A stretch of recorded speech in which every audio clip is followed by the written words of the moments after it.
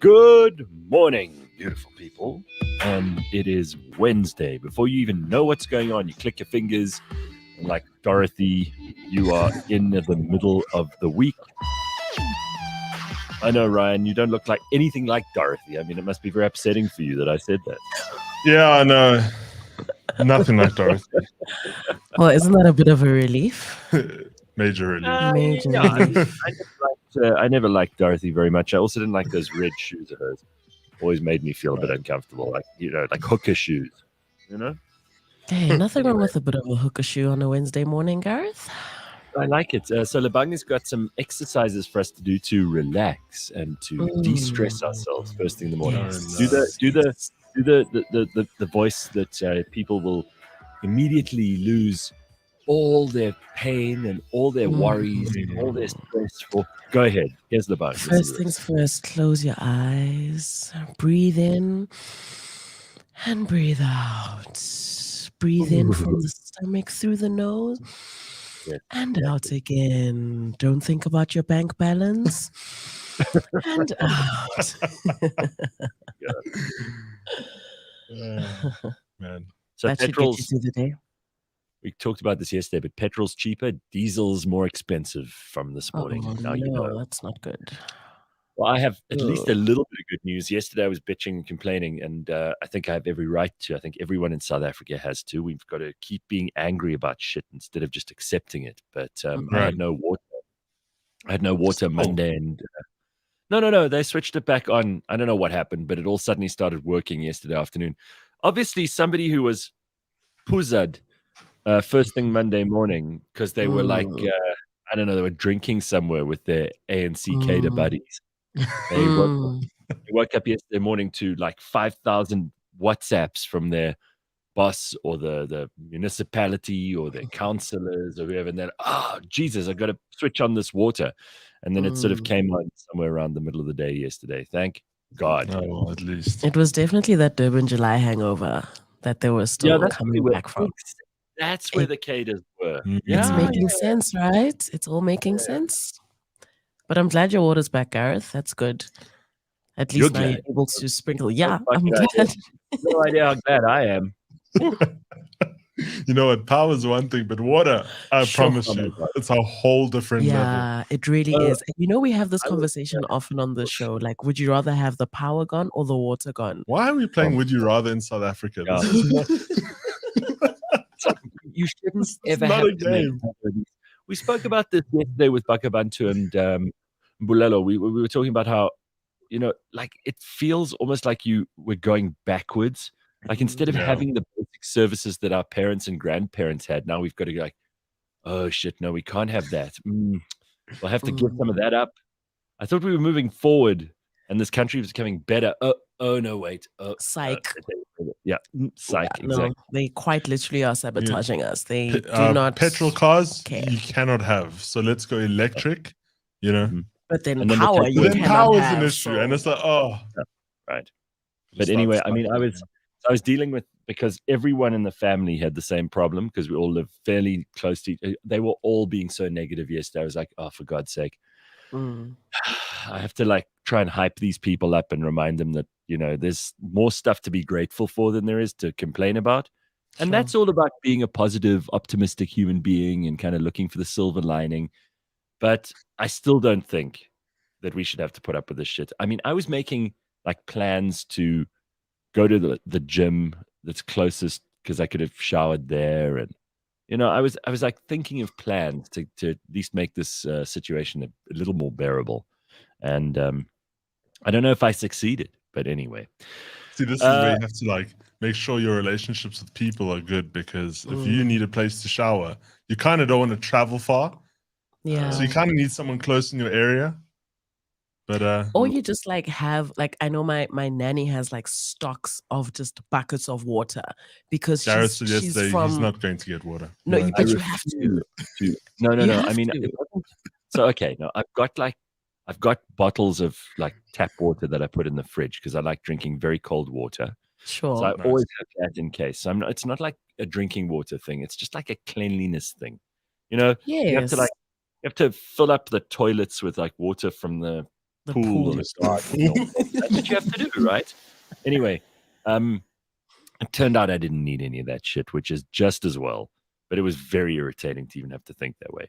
You had an impressive and busy morning though yesterday, Lebang, because we went to a meeting, and you were scheduled to be at the meeting, and then we had to explain to everybody that you were doing a very important thing. You were actually speaking at Boston Media, their graduation, weren't you?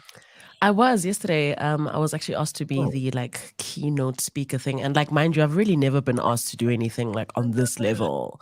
So it was Very good. It was very hectic, and it was so fulfilling as well. I realized like my purpose is to literally just be there to encourage a bunch of young kids who are still so pure and innocent and haven't been like tainted by the world and haven't been like burnt and hurt yet.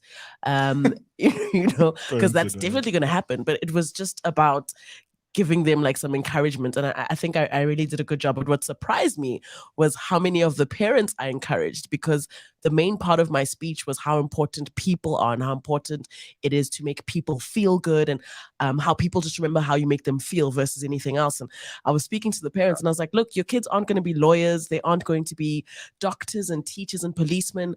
They are the talent, you know, they are choosing to be in the entertainment industry as the graphic designers and the animators and the TV presenters, and they are the creatives. Look after your kids. So after I had spoken, the amount of parents that came to me and were like, oh, you know, I never thought of it like that, and you're right, and thank you so much. And I was like, was I here to talk to the kids or to talk to the parents, you know? Well, the parents, But it was dope. yeah, It the was parents, dope. listen, this is why I'm glad you did this and not me. If they'd asked me, I would have just said to them, you're wasting your money.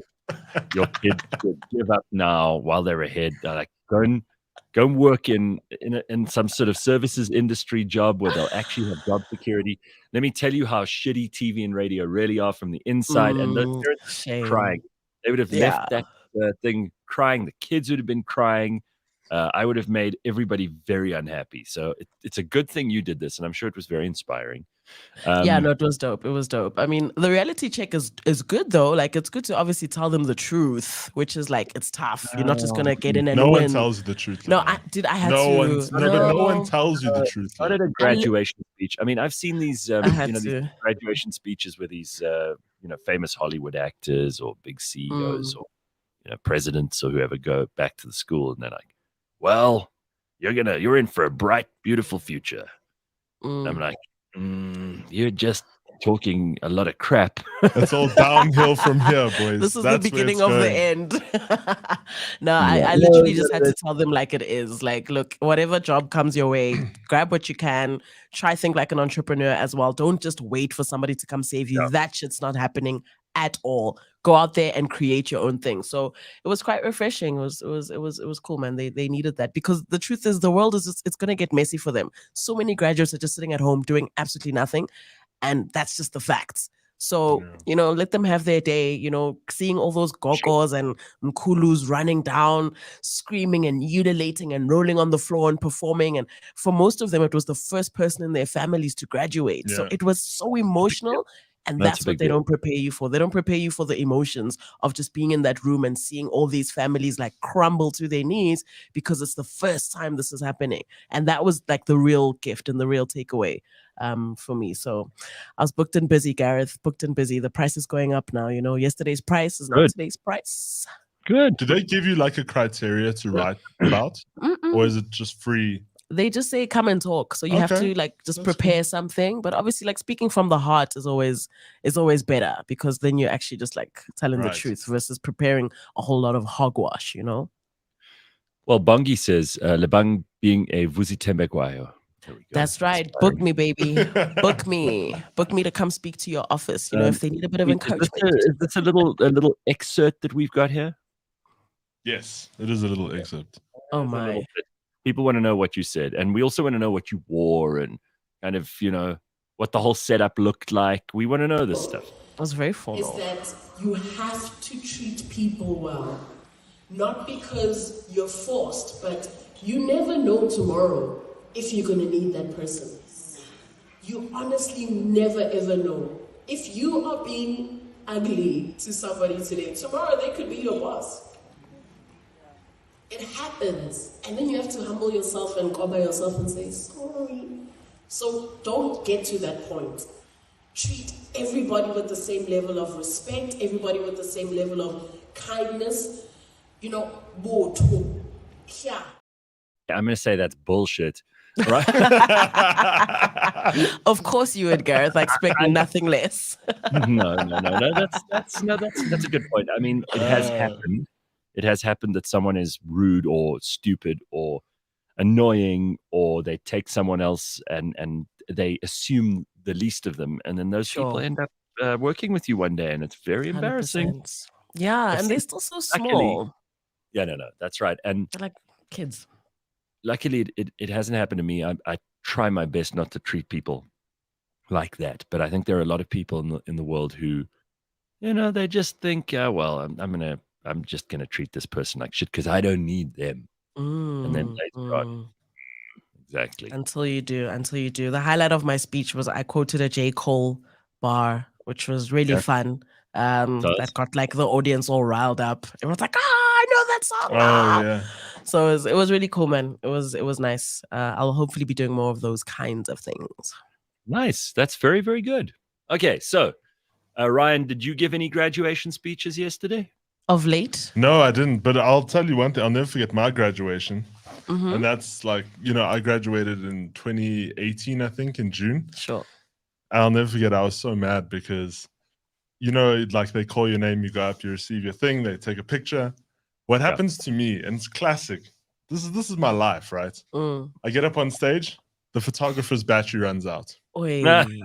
So then they keep me on stage, and they're like, the photographer's trying to change the battery. And of course it'll be me of all people. They're trying to change the battery. And they're like, so then they start doing that thing where they have that awkward conversation like, yeah, Ryan, so you've had quite the year. And I'm like, oh my God, everyone is here and their mother. And I'm the only one that's happening to. So eventually they couldn't get the stand there the whole time. I mean, now I was just standing there. And then I was like, thank God. What happened to me was they couldn't get the camera back up and running. So they were just like, my dad jumps out of the crowd, out of nowhere. I don't even see. He just jumps out the crowd to make sure I get the photo, which is really cool. Shout out to Pops. That's so nice. my dad was waiting there, and he got the photo, and he was very proud of himself afterwards. I was like, I can't believe this happened to me. And then the camera just magically started working after me. So I was like, all right, cool. That camera or that cameraman just was not interested in giving you the photo. Not at all. They wanted you to feel second best that day. Not nice. They had like a personal vendetta against you. But speaking of the camera people, I don't think we actually notice that there's people that are paid to come and just take pictures of whatever's happening. Yeah. And I spent quite a bit of time just observing yesterday. So I was sitting on the stage watching this camera lady as she had to do her job. And the level of awkwardness that she was experiencing, because a lot of the times, like family members would run up and, mothers would be dancing up and down, ululating, and she'd just be sitting there, like clearly just like extremely uncomfortable. So much so that I think the head of Boston Media House, who was sitting next to me, whispered to me, you can always see a Karen from a mile away. Look how uncomfortable the camera lady is. She was visibly like, what are these black people doing? Can they just get their photos and go? She was like almost in shock. She'd never seen anything like that. I was finished. We were literally hosing ourselves. The real entertainment was watching the face of the camera lady as people were in celebratory mode, because for her it was like, just go there, stand, and then I'd like to just take this picture so you can go home. It was hilarious. So it'd be like that. Sometimes. Tracy said, I spoke at a high school's photography club a few years ago, told them how great the reward is, but that the journey and the work that goes with it is hard and seriously unglamorous.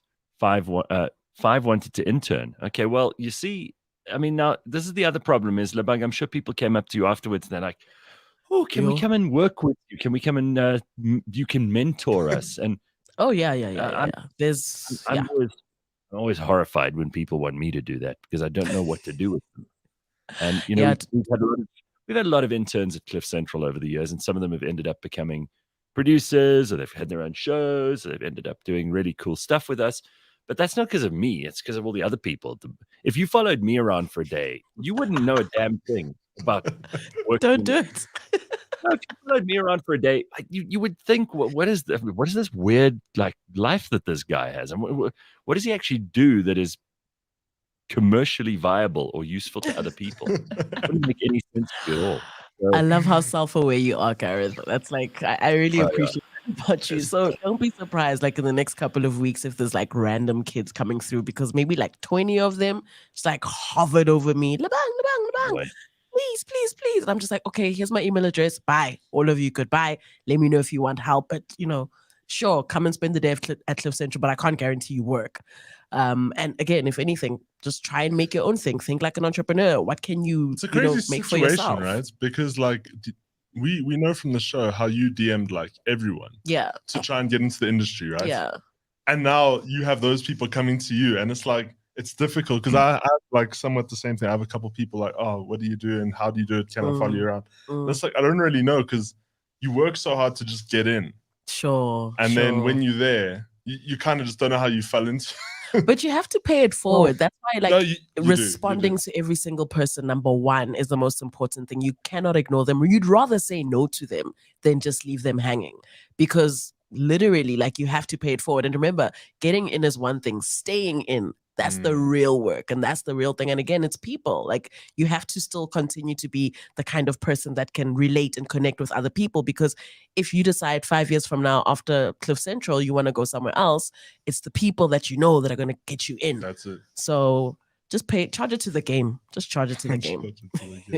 Yeah.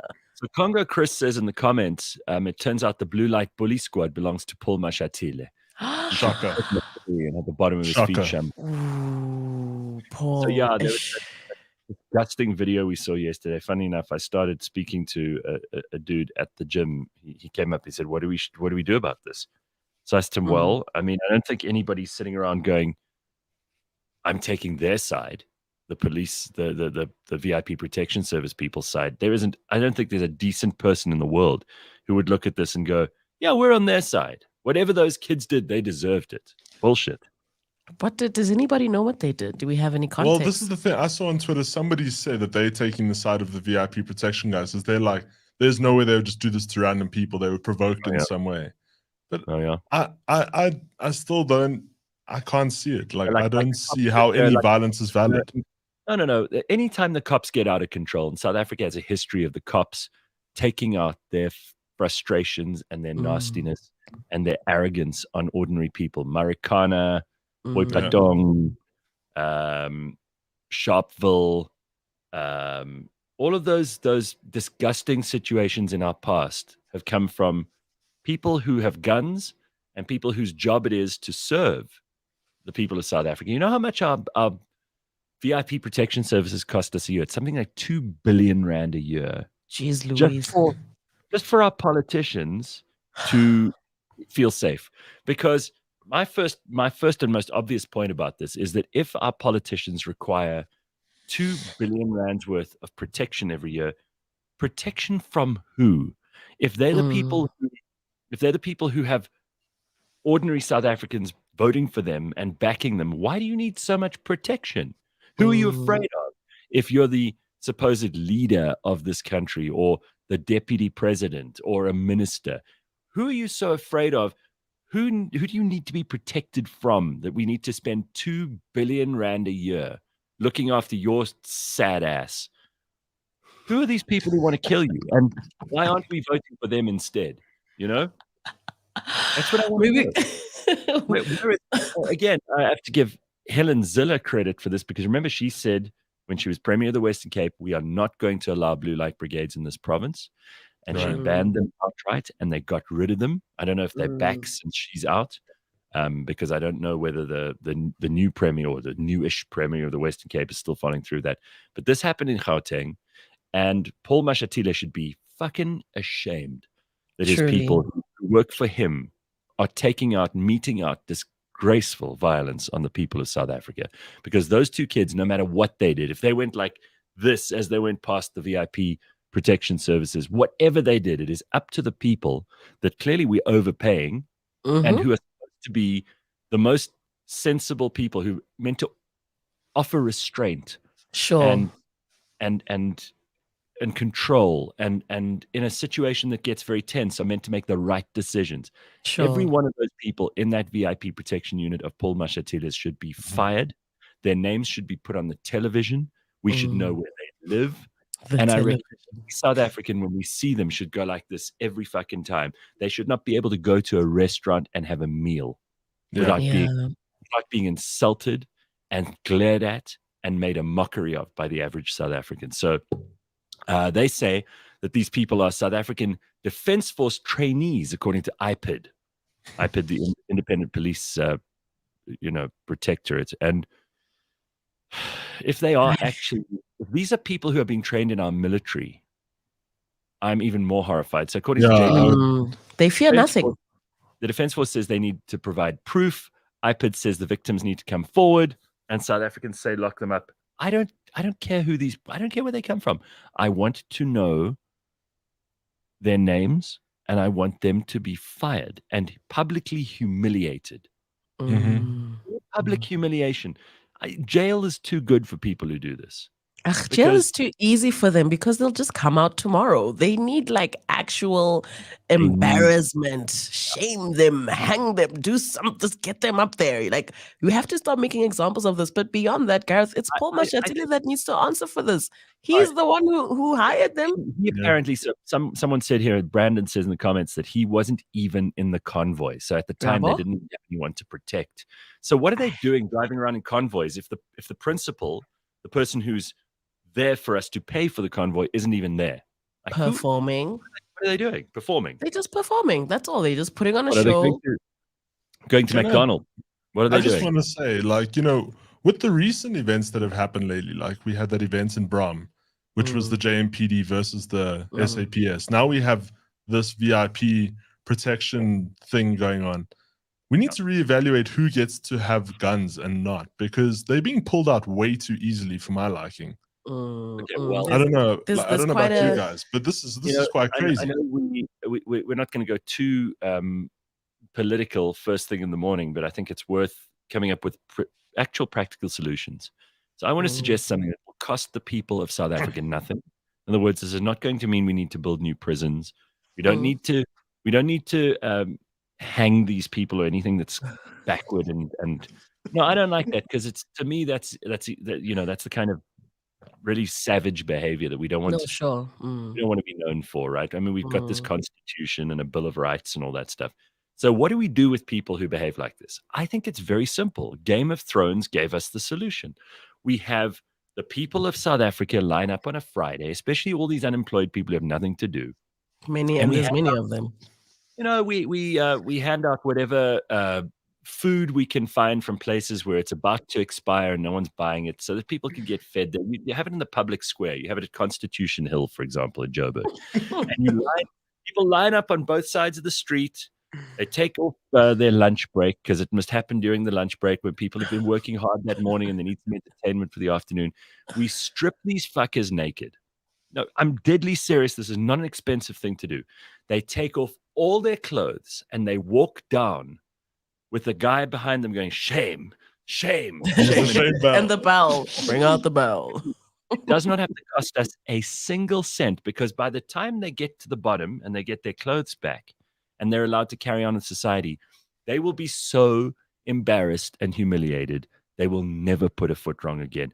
This doesn't have to mean we send people to prison for 20 years and pay for them, have to clothe them, feed them, keep them warm, give them a bed, all of that shit. We don't have to do any of that. Shame them. And we do this with every corrupt official. People who say to me, we need to build a new prison for all these crooked cadres. I'm like, no, just shame bell the motherfuckers. That's all we need. And also, this is a good lesson. Never stop uploading videos like this. If you see things like happening, don't be scared to take your phone out and film it. 100%.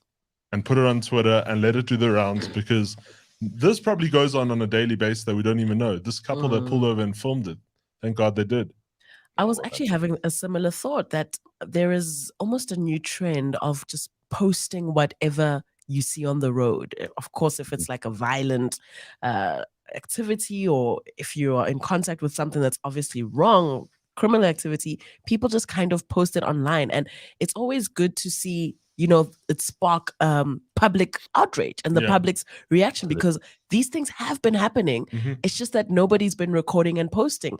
And now it almost seems like the theme is to record and post. I saw another one from the Eastern Cape where a group of people are just sitting in their car, having fun, Bakabantu's people just chilling, doing their thing. And out of the purple, this guy just kind of overtakes them, rams them, gets out of his Ford bakkie and just has this gun. Oh my God. And he's like, he's ready to go. And then the person holding the phone says, shoot, go for it.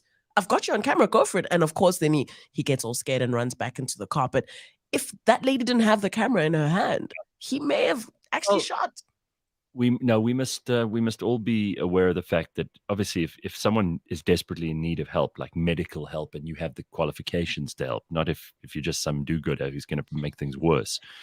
If there is a way for you to be useful in a situation, either if it's calling emergency services, trying to rescue somebody from a very, very dangerous situation that could potentially get worse, blah blah blah.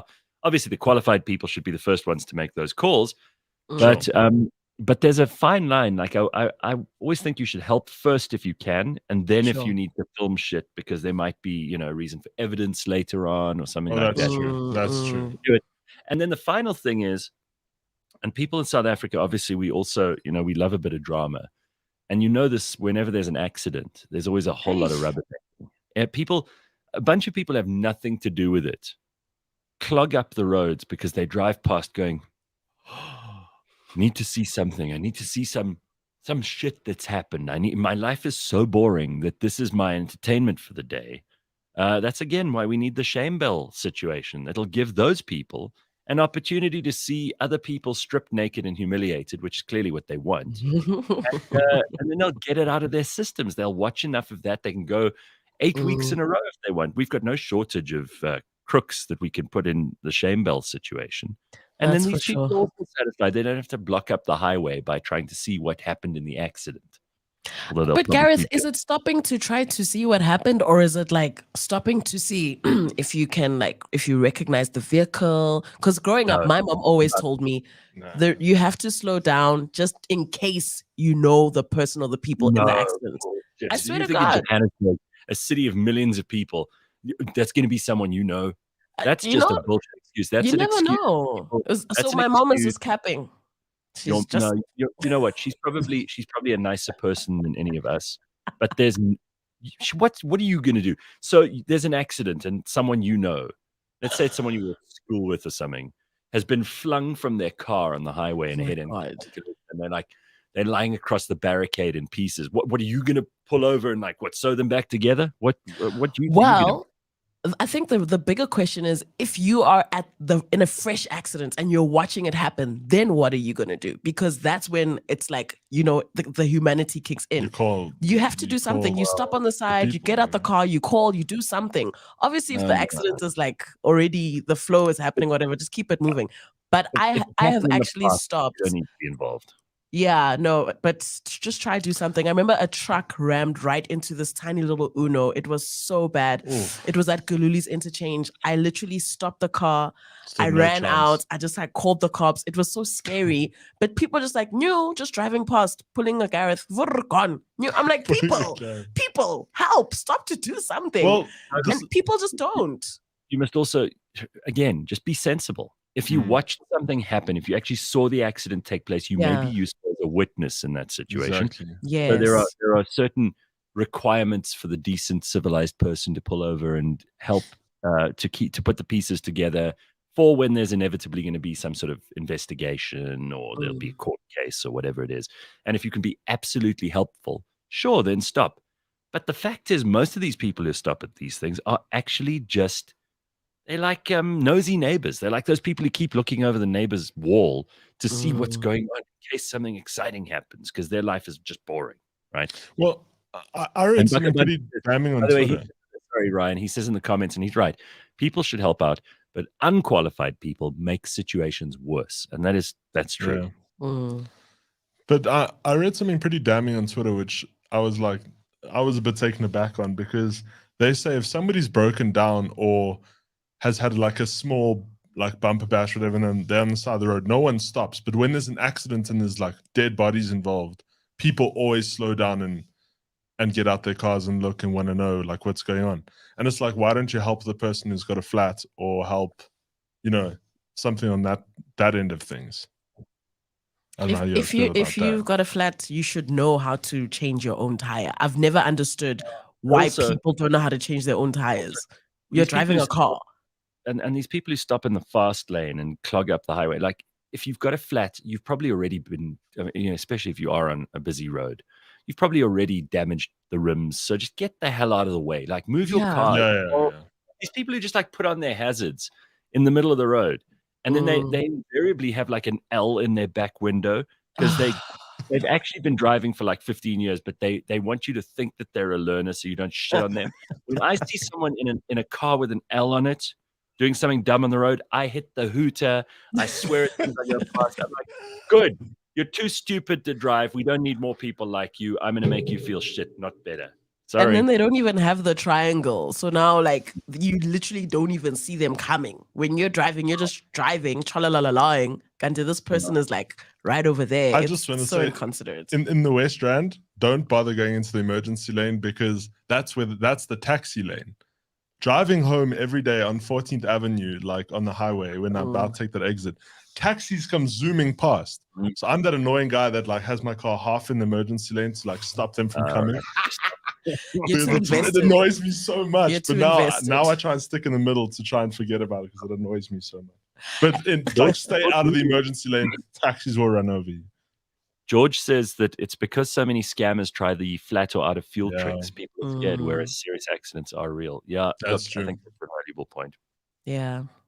There's a guy who's literally by my robot, and he takes his bike and he parks it there and says no fuel. But I've seen him at many robots, which is hilarious. And he just asks for fuel money. People are working overtime. I don't care if you've run out of fuel. Listen, these days, every car, including the shittiest cars, have like a warning thing that goes on when you've run out of fuel or when you're about to, and it still gives you a good amount of fuel to be able to get to a fuel station. I've been very close. Like I've been driving literally on fumes, but I've still made it to the petrol station. Like I've been the most nervous person in the world, but I've never ended up. You have to be pretty, like you're not paying attention. And if you're the kind of person who doesn't pay attention, do we really want you on the road is the question. The road is a serious. Bakabantu jokes here. He says Ubuntu or natural selection, but South African roads are one of those places where you're in constant natural selection competition with other people. I mean, our roads are bloody dangerous. It's really difficult to drive in South Africa. People are on their phones. People are running out of fuel. People are driving skorokoro cars that are just a disaster. You know what happens, right? And it's every time anyone right now, there are people on their way to work listening to us. You are doing one of the most dangerous things in the world. Our roads. So it is a tough place, and there is constant natural selection going on our roads. So please be careful, be aware, and be sensible, because this is the big test. You think when you get to work, your day starts. Your day started when you got in that car at your house. Sure, definitely. Guys, I've run out of fuel so many times. It was way before I met any of you. No. It was my old life. It's not who I am now. It was before I drove an automatic. I was still driving a tiny little Polo. Before the Polo, it was a little Mitsubishi Lancer. I think I'd get stuck like maybe once or twice a year. And it wasn't because I wasn't paying attention or whatever the case was. I was just young and reckless. I'll be honest. I was just whiling. I wasn't really like in tune and involved. And every time you were dumb. I mean, George says here. Yeah, I was just whiling. George Meany, CEO of Auto Trader, says there's no excuse for running out of fuel. It's just dumb. Sorry, Lebang. There's no way we can defend you on this one. No, it's okay. You don't need to, because I'm not that person anymore. And I realized much later that I can't continue to behave like that. It just doesn't make sense. It's not real. I'd always get stuck and have to call my brother, and he'd come with like a little freaking thingy from the gas station and have to pour it in. It was so embarrassing. And then one day I was just like, fuck, let me just leave this life behind. It's not real. What am I doing? Why am I Well- in this situation? A couple of interesting numbers here. So Slippery Pickle says 35 kilometers in the reserve tank. Has never run out of fuel. Hardy Dave says I get 30 kilometers on reserve and I only put in 10 liters at a time. Aren't you going to stop a lot? Oh, that's pretty amazing. JP says I leave home before 5 and leave the office after 7. You work a long Jeez. hour. Whoa. JP, what do you do, brother? Yeah. Damn. You know what really pisses me off, says Conga Chris? When Uber drivers run out of petrol. Your job- Oh my God. I once had an Uber driver say to me halfway through, you have some, like I booked it on the app, and the guy says to me halfway through the trip, he's like, "Oh, do you have any money for petrol?" And I'm like, "No, the whole reason I use the app is because I don't want to have cash on me. What do you think I have? I don't have my cards with me. No, I've already paid you. Look, it's already coming off my account. Go to hell." Yeah, Drop no, that's we'll get a different Uber. But, yeah, I'm You with, know, I'm with Chris. As someone who never takes Ubers, that's never something I've ever thought about, which is so funny. I know but Uber drivers can while sometimes. Like you get into the Uber, this guy's on his phone, he's busy chatting, and he's got 2 phones, right? So there's the one with the GPS, and then there's his actual phone. That one is just ringing. Yeah, hello. Yeah. Musam Sebensin. Yeah.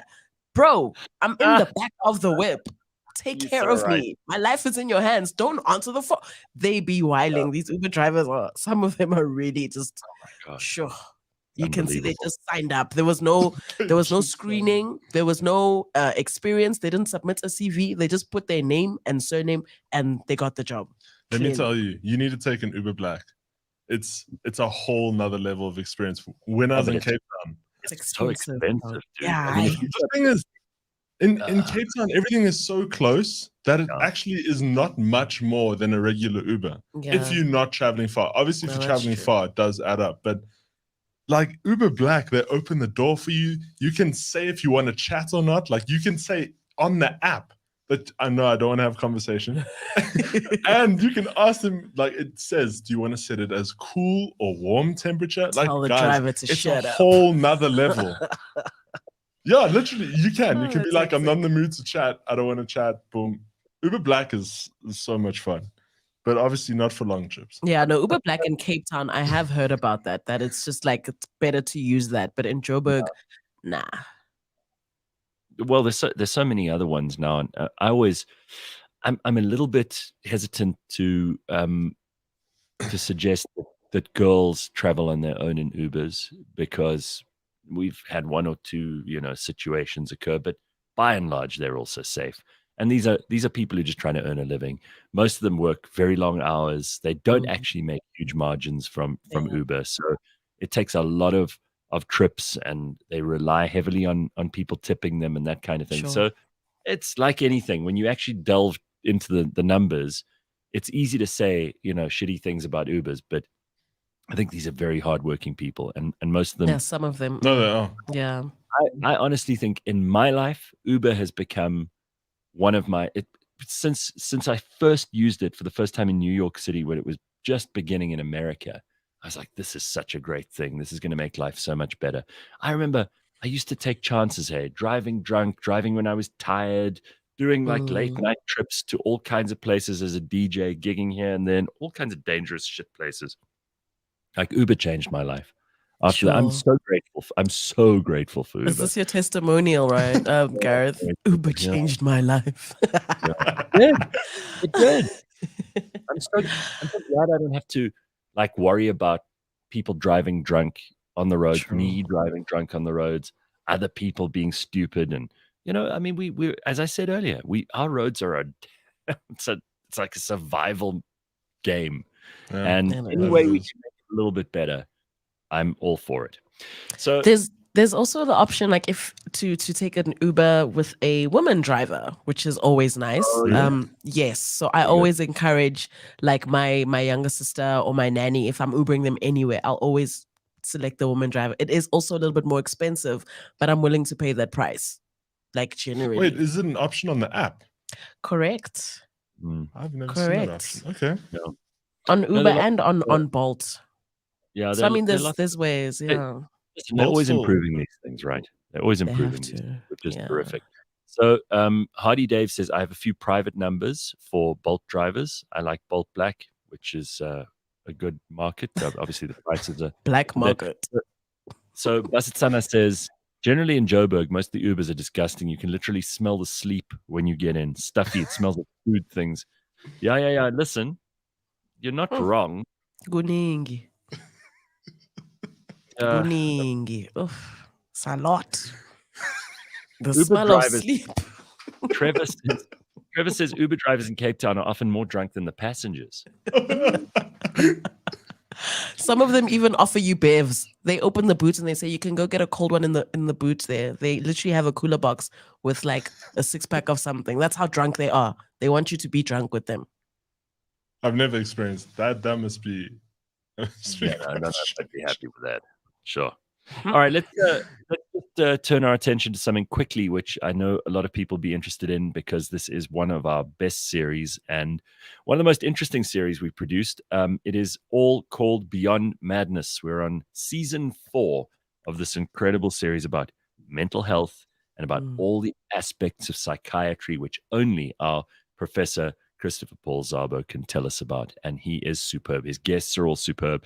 You need to listen to the latest episode. Gender-based violence and sexual assault are traumas, unfortunately, that are associated with post-traumatic stress disorder, and even more unfortunately, it is a pervasive problem in South Africa, and many people are dealing with this on a day-to-day basis.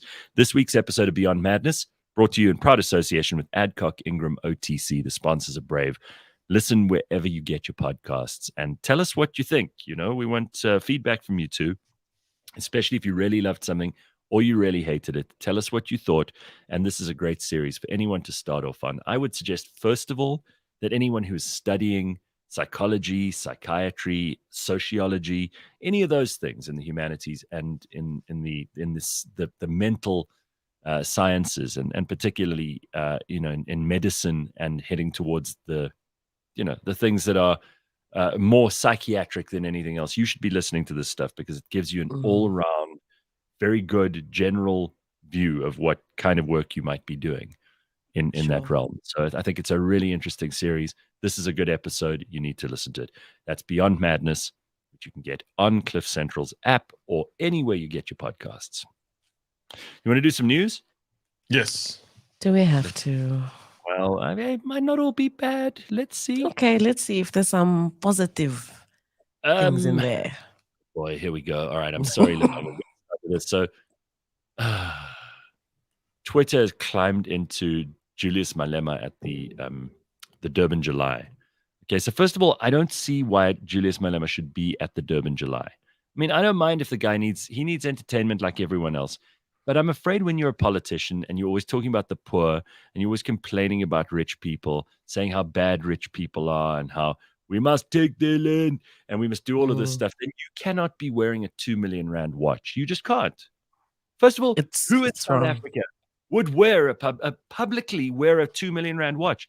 That is just asking for trouble. That's like, if you're a woman and you're driving around and you've got a very, very expensive engagement ring on your finger, you're asking for trouble. I know it would be nice to show this stuff off, especially if you're a real housewife of Rebecca or whatever it is.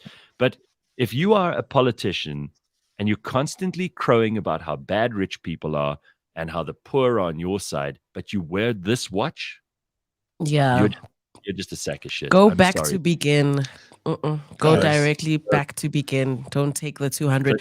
Gareth, this all feeds into this facade and this persona that they've all put on, right?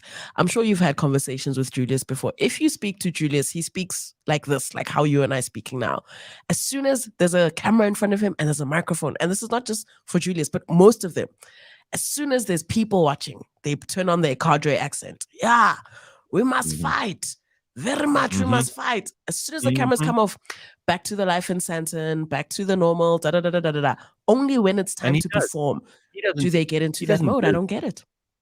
He doesn't live like the people who vote for him. And then you've got to ask yourself, well, is that them just being stupid and not paying attention? Like if I was going to vote for someone, I'd need to know something about them. That's kind of why we interview politicians, kind of why we have them on the burning platform, so you can see whether these are the sort of people you would trust with managing your municipality, your province, your country, all that kind of thing. Anyway, he was a guest along with his spouse at the opulent Experience Marquee at the race over the weekend. The Twitter critics are calling the outspoken politician a hypocrite, rightly so. He was photographed wearing a classic black suit, which again, this is not the kind of outfit that someone who's trying to decolonize things is wearing. I mean, he looks like he looks like he's going to tea with the King of England. I mean, look at this. He looks very good. I will say that is a good jacket.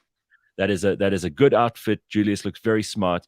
And if he were running his own business, which I think the EFF actually is his own business, it's not really a political party, then he would look terrific, and I would praise him for it.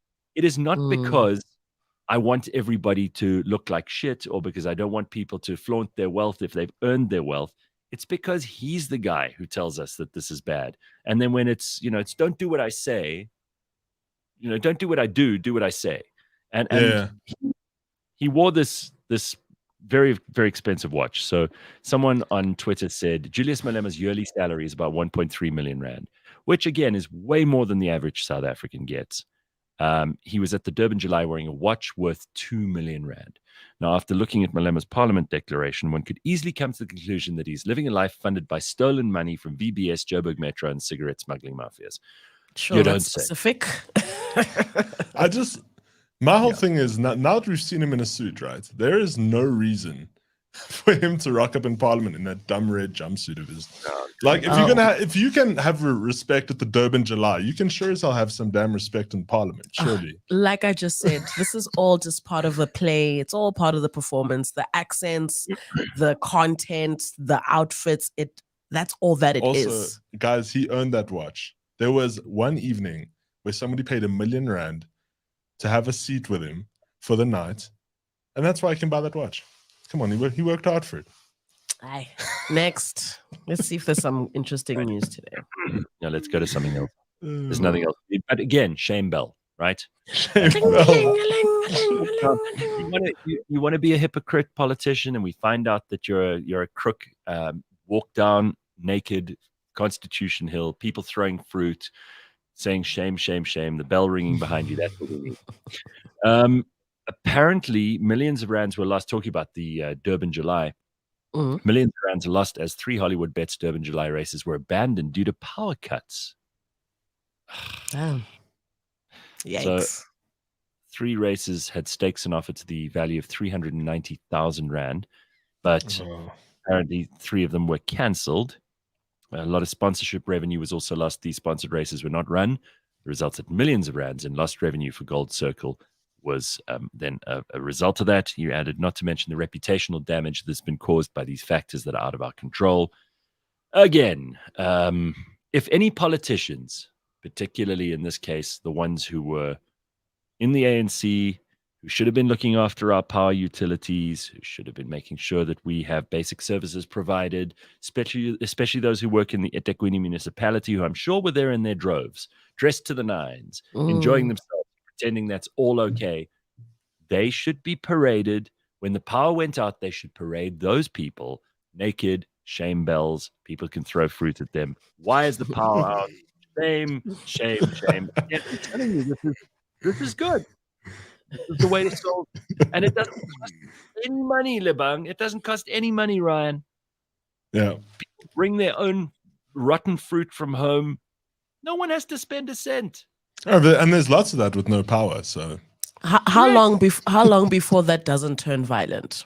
How long?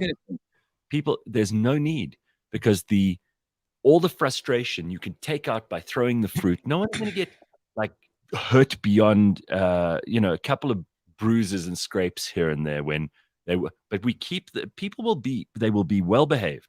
They will stand on the sections. Otherwise, they'll end up being shamed. People will be well behaved. That sentence alone, Gareth, is so hopeful.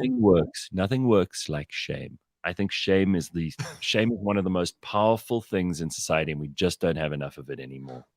Well, so, yeah, I think the ANC has no shame.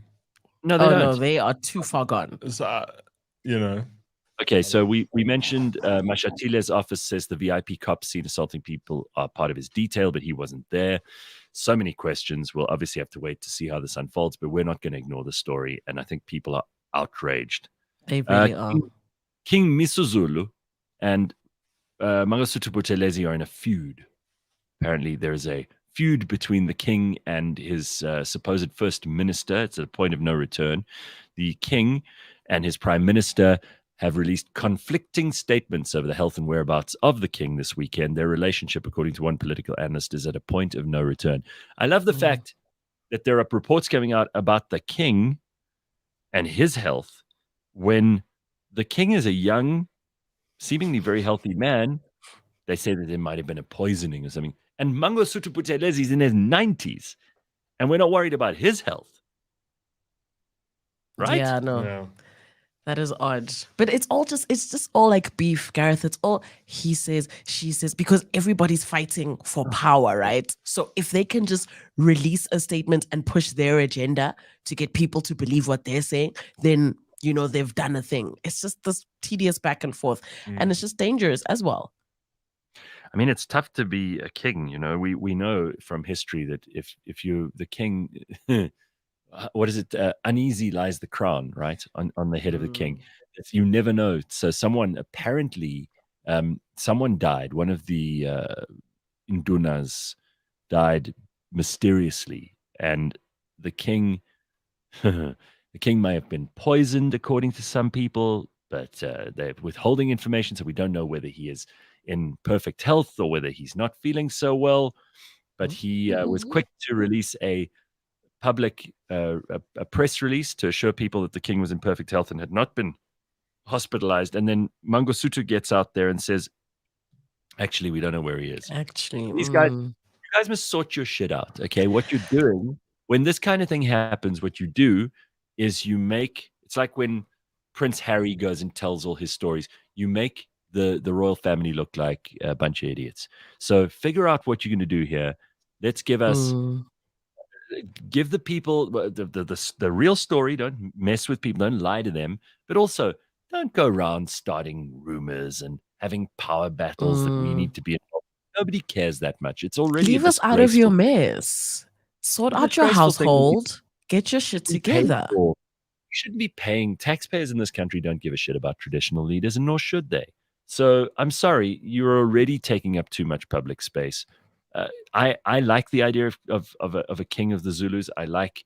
I've heard nothing horrible about King Misuzulu. I believe he's a very, very nice man. I believe he's trying to do the best job he can.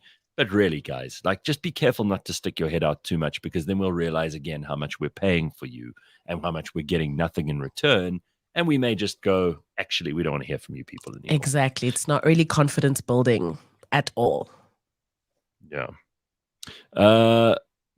I like to get my shaming out all at once, says Slippery Pickle. Can I just throw a pocket of potatoes from a height? Now, you see, now this is why you won't be invited to participate in the shaming. People behaving, it's not going to work. All right. Ryan, you need to go and sort out some guests and sort out some other things. We're going to let you go. Very good. Nice chatting to you guys. Very nice. I want us to carry on talking about the news, because there are other stories that we need to pay attention to. Apparently, Kevin Costner claims he cannot afford 4.7 million rand in child support. Look, that sounds like a lot of child support. Yeah, like, is this one child? Well, so apparently the Bodyguard actor, who's 68, has been hit with a request as his divorce battle with his 49-year-old handbag designer wife, Christine Baumgartner, grows intensely and increasingly bitter.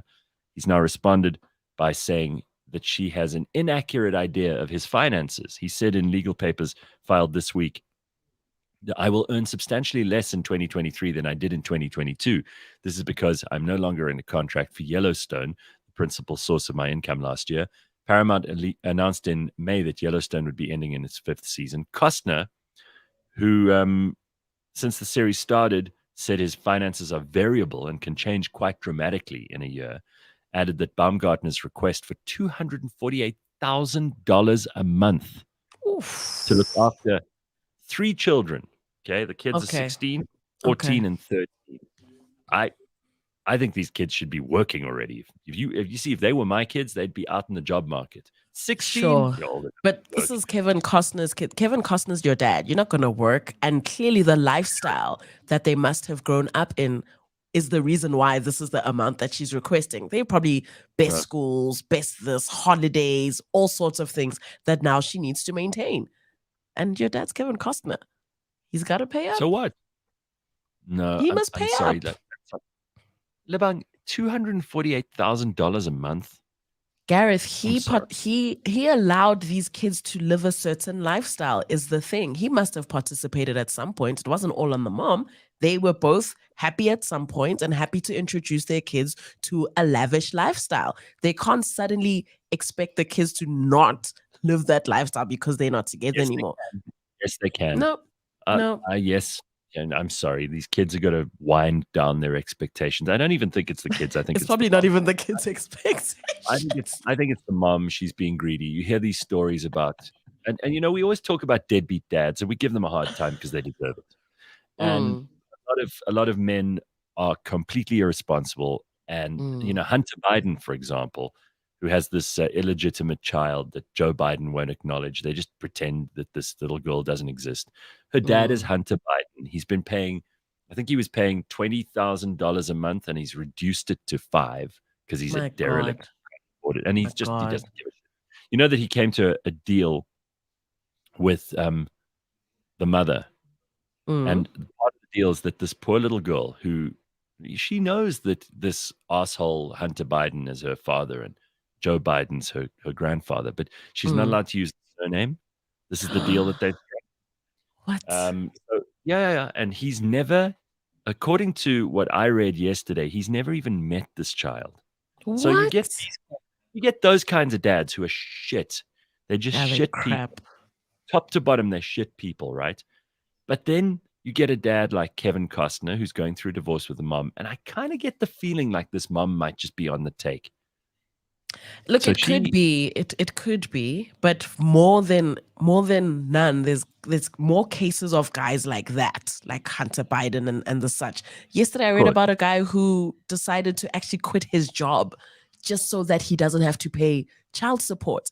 He was working at like one of these insurance companies, and he was earning like in the 100,000s a month. This is in South Africa. And as soon as the divorce got into play, him and his wife decided, okay, cool, we tried, it's not going to work. And I think she was requesting something like 50, 60 grand, like for the kids.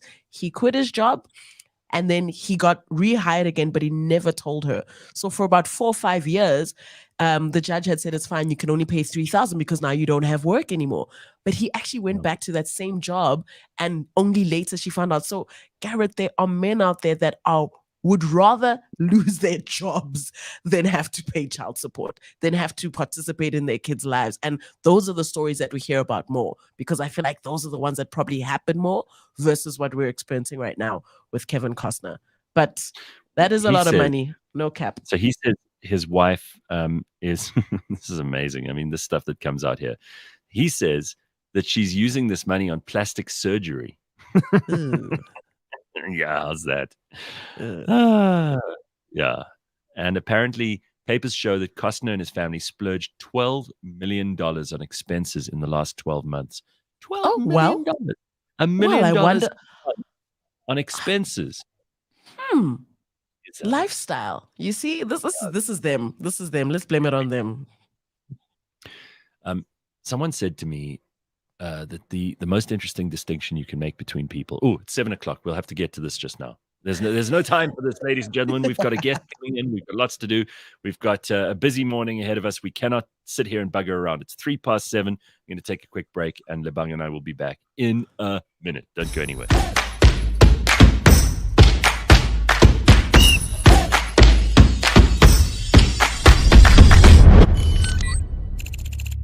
You might know Cliff Central as South Africa's podcasting pioneer. Well, of course, we did help kickstart the industry back in 2014, and we've been shaping the space ever since. But did you know that we also do a whole lot more?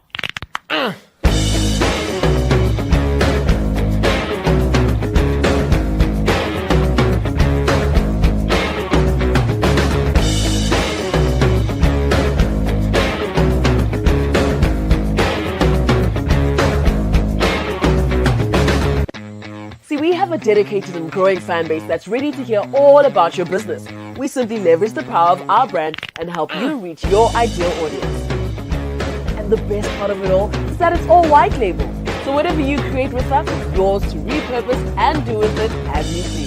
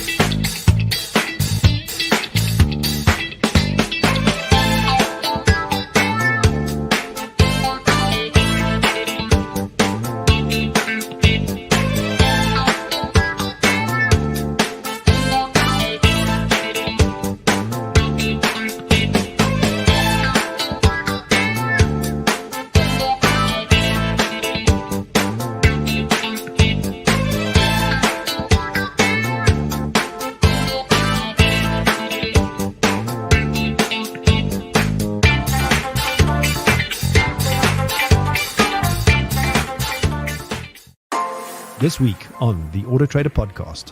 I mean, I was going to ask you, what is the future of entertainment then? There's just no buttons at all in your car, ultimately. I mean, it's to a point where people aren't even driving, and it's just... No, so I think the next thing is true voice. So voice assistants. Getting to a point where you can be like, turn the volume up. I mean, we there in some... I know Mercedes-Benz, what it's called, but their system is really good in terms of the voice. Catch us every Monday at 9 a.m. on YouTube and on autotrader.co.za. All right. I know I'm going to be in huge trouble if I don't finish that thought from just before the break. It's 7 o'clock, just after on Wednesday, cliffcentral.com. We are busy this morning. We'll introduce you to our guest in just a second. It's someone who's not a complete stranger to Cliff Central. We've had him on before, and we're going to talk about a bunch of things that are happening.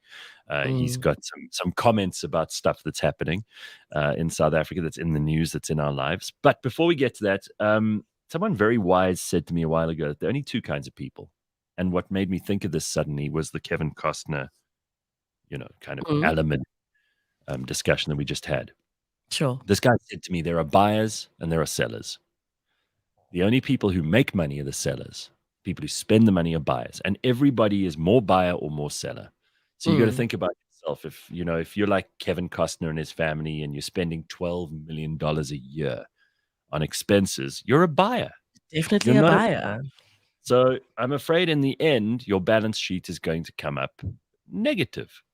He's a talented actor. He's done some really incredible stuff. I'm sure he's got money in the bank. But essentially, he's a buyer. Sure. Some people are sellers. You can just see it. They're always out there selling, hustling. And what do you think he's teaching his kids? To be buyers or to be sellers? To be buyers, for sure. Anyway, let us move on. The last time we had somebody so Greek on the show, it was Aki Anastasiou. And this morning, Costa is back. Costa Carastavrakis, who is on the show with us this morning. Hey, Costa, how you doing, dude? Nice to see you. Good. Great to be back here. You said the name perfectly. My Greek is improving. You got it. Right. So what's been happening, man, since the last time we caught up with you? You've got a moustache going there. Very, very, that's a very Greek thing that you got going on there. It wasn't there the last time I saw you. Definitely wasn't there the last time. It's been grown because I'm still single. So I've got to try new things. And this moustache and my baklava brings all the boys to the yard. Oh, damn right. Okay, so we're not going to get into the kind of heavy stuff. Well, maybe we will. Who knows? That we were talking to Lebang about earlier in the first hour of the show, and with Ryan. But there's some things that you're irritated by and that have got your tits in a tangle. So I love hearing from people about what's irritating them at the moment and who's irritating them, because that's the really interesting conversation. So you're not the kind of guy to hold back. What's on your mind at the moment? It's grinding your gears. What's grinding my gears? Oh, can we start off with Grindr? No. What's happening out there on Grindr these days? It's been a while since I've checked it out. No, you see, I put How my would you go on Grindr, Lebang? You wouldn't. What were you interested in Grindr for? It was sarcasm, Gareth. Exactly. That's the point. Just checking. I never know with you because you do get involved in scams quite often. So I'm looking out for you. It's a complete scam, and I'm one of the few who puts my face up there. Because I'm tired of speaking to torsos, and all I get is torsos, and I don't recognize any of the torsos. So apart from Grindr grating my gears, I've got a thing about this because I'm not on any of these apps, and I don't know how. I had to ask someone the other day, what's the difference between Bumble, Hinge, and Tinder? And they didn't really give me a good explanation of that. And I really don't know how any of these things work. But with Grindr, it's a hookup app, right? You're not looking for relationships on there. If you really want to meet someone, that's probably the worst place to meet them. Surely some people are. I know some people who've met some really other nice sexually active people on there. Right. It is essentially a hookup app. Yes, yes. No one's going on there going, someday my prince will come, and they're like Looking going for on love. If somebody, tell me about your values. Tell me about the things that really, really move you, and how would you like to raise children? No one's doing that on Grindr. Am I right? No one's doing that, and if somebody is doing that, I run a mile. I block them, because they're not what I'm looking for. But Grindr does grate my gears because it's become a passatempo, something you just pass the time with. Just turn it on and see who's in the area, especially if you go to a new area. Sure. And then when you drive to Pretoria, then your Grindr just blows up because nobody's seen my face there. And then of course we got to bring everybody on board. Some people are not entirely with us here. So I thought Grindr was for the gays, so slippery. It is slippery pickles. It is. Yes, Costa it is. Costa is a gay. Okay, just in case you wondered. I'm a gay. Yes, I'm a gay. I'm a homosexual. We have to speak in short sentences here and use pictures to explain to people. All right. How often do you actually find a hookup on there? I mean, if it's successful for you, then awesome. Then keep doing it. I just wonder, how many people have real success?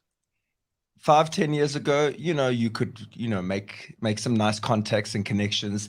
Currently, my hit rate is much lower. Perhaps I like to think it's not because I'm getting older, but because my standards have gotten higher. Sure. That's what I'm telling myself.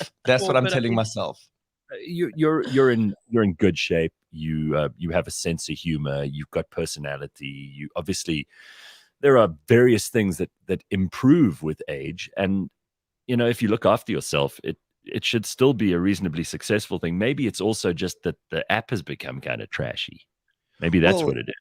Well, I didn't have my date. I didn't have my age on there. Okay. So just because, I'm so old, I'm over 50, that, nobody's going to go for me. And when I would tell people, I'm 51 or 52, they were like, oh, block. And then I was like, you know what? I'm going to put my age on there. I said, put 53 up there. And then I went down and I went, no under 35s. It blew up. I only get under 35s. I don't get it. People want what they can't have. Yes, I know I'm not in your age group, but please give me a chance. I'm 22, and I just go back, dude, I'm your dad. 22. Dude, I'm your father. Stay in school. And of course I say dude, because then they like me even more. Sure. Because I'm speaking their lingo. and yeah, it's a mess.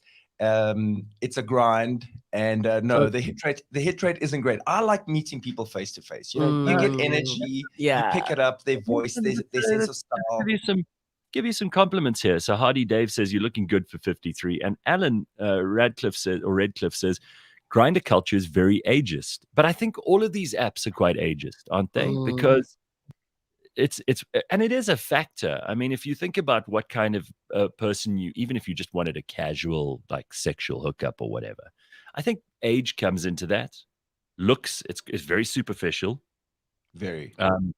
It's probably also how close or how far away you are, because people are cheap as fuck. They don't want to spend money on petrol. Oh no, and I'm not Ubering you over. That's for sure. Oh no, that's a red flag, honey. And I I mean, mean, Costa, Yeah. do you also have to be careful? Are there scammers and bullshit artists? And I mean, you said you use your actual face picture. A lot of these people are like catfishing. They surely. extreme Proper. catfish. proper. Mm. So I mean, I would be super, super nervous to like actually meet up with some of these people unless you know they're real people. So firstly, yes, I have been catfished before. Okay, I mean it's happened to everybody, all the best of us. But I have a couple of rules, and everybody breaks. I mean, nobody wants to adhere to the rules. The rules are: I need a voice call, before we meet.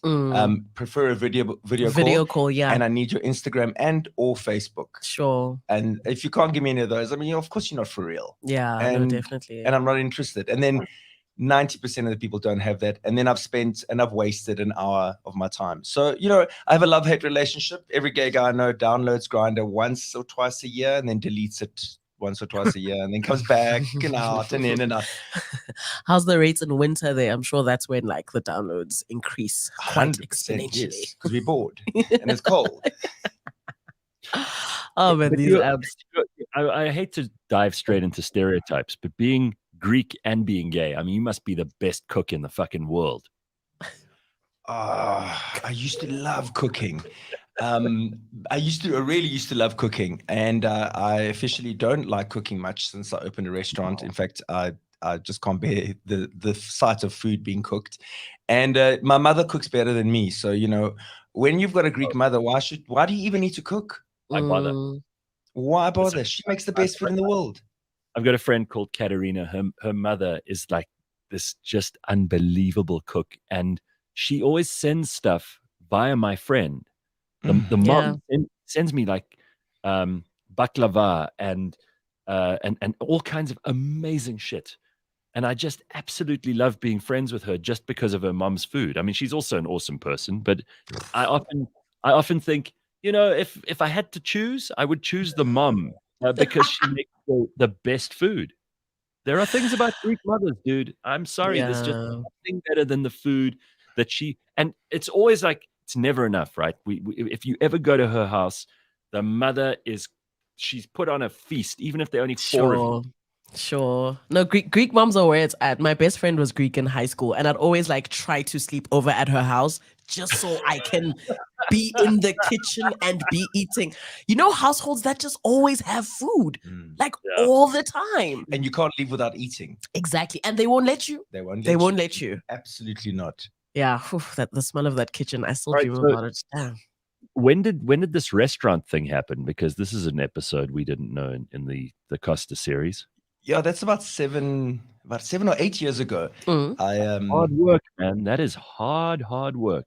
Myself and a business partner, we bought a franchise. We actually bought two, one in Boksburg and one in Bedford View. Nice. And really successful. It was fun in the beginning. Well, actually, it was hard work in the beginning, and now it's not as much fun as it used to be. Customers can drive you mad. Quality control, TripAdvisor, Zomato. Remember Zomato? Zomato, is that still a thing? It's not, thank God. People would just go there and just talk out of their asses. I didn't believe half of the stuff there. I did not believe half of this. It's like Hello Peter. If you just have like a little bit of a weird experience, that whole place just goes to shit.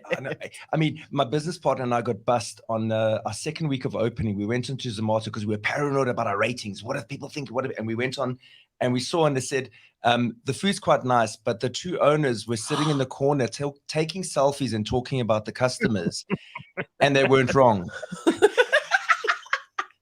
We looked really good that day, so we took selfies, and yes, we were talking about the customers. Yeah. Damn. All right, so let's just talk about the internet in general, because I hate those review sites. I never look at them. I'm not interested in strangers' opinions about a restaurant or a holiday or a hotel or any of that stuff. I want to hear from people I actually know, and if I don't know you, I probably don't trust your anonymous judgment on opinion stuff. on like on Hello Peter, Zomato, fucking TripAdvisor. I'm not interested. But there are people who will absolutely read those reviews. So I think you fall into one of those categories. But it depends, right? So some of them, yes, I agree, it's hogwash. But when it comes to purchasing items, there you have to read the reviews, Gareth. I'm sorry, you have to. You are in no position to be offering advice on this. Lebang has been scammed, Costa, more than anyone else I've ever met in my life. She buys things on Facebook Marketplace. She sells things on Facebook Marketplace. She's had terrible experiences. It's a hobby. You should have your phone taken away. So we do not want what you I to give us mean is like when you're on Take-A-Lot, for example, when you're buying something from an actual credible, establishment, you have to check out the reviews. You cannot order food, not order food, order like clothes online. Like, let's say you're buying stuff from Shein. And the reviews are like, don't get this thing. It's hogwash. It comes in a different size. It comes in a different color. And then you're still going to go and buy it. Like, you need people's experiences on the purchase and how it went for them. You don't want to be a lab rat again. Well, I think you need to. What I always look at is the top and the bottom. I look at the ones. I look at the well, of course I do. I look at the fives and I look at the ones, and I love reading them all because if there's too many superlatives, then I know it's rigged. Spots, yeah. And if there's too many ones, yeah. This is like those people who say to the waiter, "Is the steak good?" What a stupid question. Like, do you really think the waiter's going to go, well, I think it's okay. I mean, sometimes they drop it on the floor and they put it back on the grill, but it's usually very good. What are you honestly wasting the waiter's time and your own time? I see these, it's usually older women. They sit around and they there's like a table of 4 of them. And they ask this poor waiter or waitress a ton of questions. Excuse me? Hello? Sorry? Is it good here? I don't know. You sat down, lady. I'm at work. What do you think? You think I'm going to sell? I'm not going to say it's good. What kind of do you really go around asking people pointless questions where the answer is guaranteed to be something that helps me sell and get my job done? What a stupid bunch of idiots. However, it's nice. Are the specials nice? Like what would you recommend? And the guy's like, the waiter knows what everybody's ordering. The waiter knows what the hottest dish on the menu is. The waiter knows what people's experiences are. If they get feedback on the ribs every single day that, these ribs are the bomb, then the waiter can simply go, well, people like the ribs. Lebang, this is like you trawling the reviews and comments. You don't need to hear from these people. How about you make your own mind up based on how you feel you want to eat that day? And if who knows what they want to eat? People don't know what they want to eat. People never know what they want to eat. Nope. People you don't go to a restaurant and know what you want to eat. They take time to scroll through the menu because there's so many options. They're like, I don't know. What do you recommend? People generally don't know. Gareth, I promise you. I love a confident waiter. And I train my waiters to be very confident. If a person looks like a chicken person or whatever, and they ask you, do you like burgers? Don't lie to them. Tell them exactly what you love. Even if they're not a burger person, you say, I love this burger. What would you eat? I always ask, what did you have here last week? Or what's your favorite dish here? And then I'll order a salad or something. But it's always nice to have a confident waiter who believes in their food. Definitely, because then I'm going to want to buy it. Like, this waiter 100%. Must know what they're talking about. And correct. I'm going to believe them because you work here. You see the food. You see people eating the food. I'm amazed by all these people in the world who just, they and I'm not saying this is you, Lebang, because you're not an idiot, but I mean, I see these people who wander around from opportunity to engagement to event to meal. They don't have any idea. They get there and they're like, oh, what am I going to have? And their mind is just completely blank. Like, I know full well when I go to a restaurant, and because I'm a very simple eater, Costa, you're probably not going to be impressed with this. And I'm like, I know what I want. Probably something with tomato in it. Probably like the steak. I'm a very, very Gareth is so simple. And I probably order the same thing every time I go to a restaurant because that's what I like and I know I want it. I don't need the waiter's opinion. Table next door. These people who like, ooh, that table looks like they've got something nice. What is that table ordered?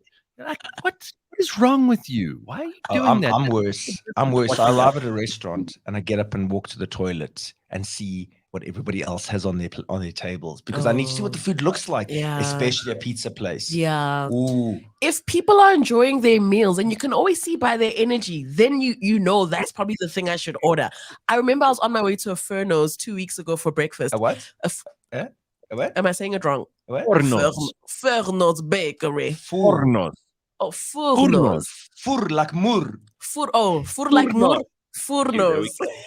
So I'm walking on my way to one, but there's this nice little restaurant on the way there, and everybody there looks happy. They're all laughing, and everything on their plates just looks saucy and wobbly. I'm like, I need to know what's going on there. So I stop, and I actually had breakfast there, and it turned out to be way better than whatever I was going to eat at Furnos. It was a vibe.